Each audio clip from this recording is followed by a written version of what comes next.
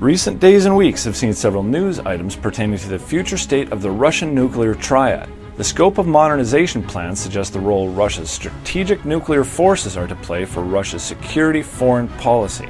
The scale of Russian strategic nuclear modernization is impressive.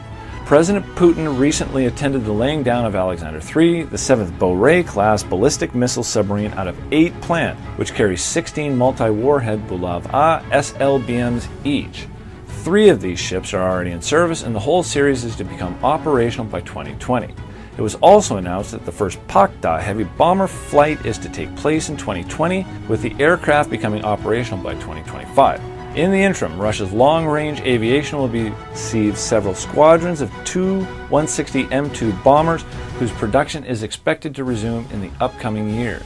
The Sarmat heavy ICBM research and development has been recently declared complete, and the missile will begin launch testing in 2016 or 2017.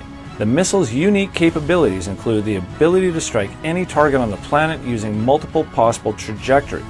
For example, it could be used to strike North America not only by flying over the North Pole, but also using an alternative trajectory over the South Pole, which would render US ABM systems irrelevant.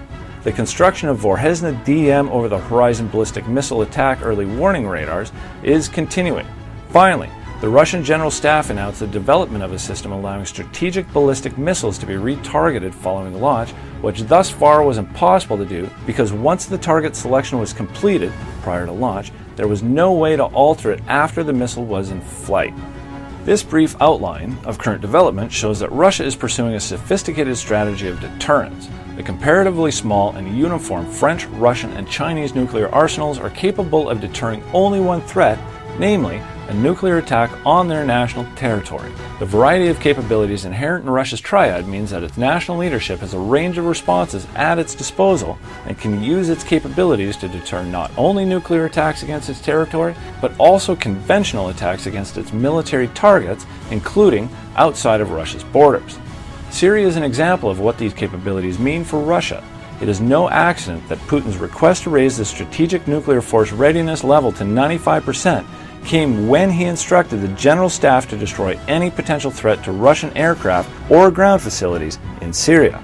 The Russian military presence in Syria is not large enough to guarantee survival against a concerted NATO attack. 50 aircraft located at a single airbase, even one protected by the S-400, are still vulnerable due to their exposed location and lack of strategic depth. Russian conventional forces could not easily come to Khmeimim's aid in the event of it being attacked by NATO forces. What makes Khmeimim secure from attack is the credible and flexible deterrence posture.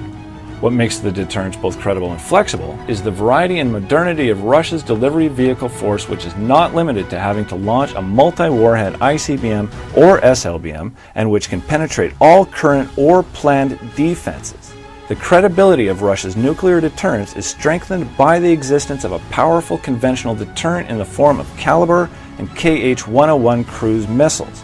The use of these missiles against ISIS targets was likely motivated to dissuade any countries hostile to Russia's presence in Syria because it demonstrated Russia could use these weapons to retaliate against any attack on Khmeimim. The target state would then have to choose between backing down or escalating, thus risking a nuclear exchange with Russia. If Russia simply had an ICBM and SLBM force, Khmeimim would be a much more tempting target because an ICBM launch would be a disproportionate response to the attack.